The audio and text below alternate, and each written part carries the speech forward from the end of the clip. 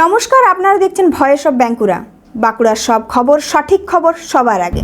বাঁকুড়া জেলার মনোহরতলা সম্প্রতি অনুষ্ঠিত হয়েছে এক স্মরণীয় ধর্মীয় ও সাংস্কৃতিক অনুষ্ঠান। রামপুর মনোহরতলা গৌরাঙ্গ সমিতির উদ্যোগে আয়োজিত এই মহোৎসবে উপস্থিত ছিলেন বাঁকুড়া লোকসভা কেন্দ্রের মাননীয় সাংসদ শ্রী অরূপ চক্রবর্তী। সারা এলাকা ছিল উৎসবমুখর ও ভক্ত অনুরাগীদের ভিড়ে মুখরিত। এই অনুষ্ঠানের অন্যতম আকর্ষণ ছিল প্রখ্যাত ভাস্কর রামকিঙ্কর বেইজের একটি মূর্তির আনুষ্ঠানিক উদ্বোধন, যা করেন শ্রী অরূপ চক্রবর্তী স্বয়ং। অনুষ্ঠানের সূচনায় তিনি রাধাকৃষ্ণের মূর্তিতে পুষ্পার্ঘ্য নিবেদন করেন। এরপর রামকিঙ্কর বেইজের প্রতিকৃতিতে মাল্যদান করে শ্রদ্ধা জ্ঞাপন করেন। মানুষের সম্পর্ক একটা বন্ধন হয়ে যায়। আজকে এত মানুষের সমাগম, কাল থেকে 5 দিন ধরে প্রায় 1500 লোক এখানে খাওয়া দাওয়া করবেন, সংকীর্তন হবে।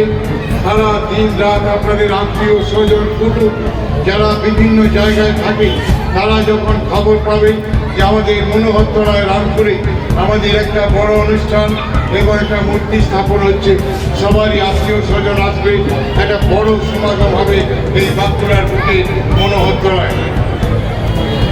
মনোহর দাস এই তার প্রতিষ্ঠাতা, তিনি এটাকে প্রতিষ্ঠা করেছেন। তাই আজকে মনোহর দাসের স্মৃতি রক্ষার জন্য আমাদের এই মনোহর গৌরাঙ্গ কমিটি আজকে তার স্মৃতির উদ্দেশ্যে তার মূর্তি স্থাপন করেছেন। আমি সংসদ হিসাবে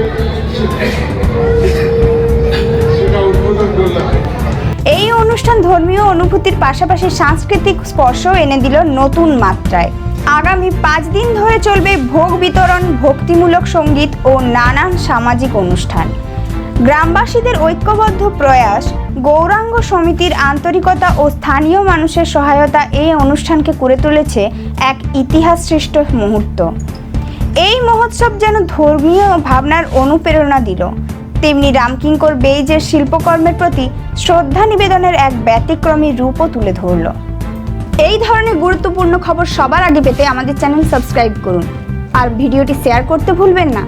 আপনাদের মতামত কমেন্টে জানান আর লাইক শেয়ার করে ভয়েস অফ বাঁকুড়ার পাশে থাকুন।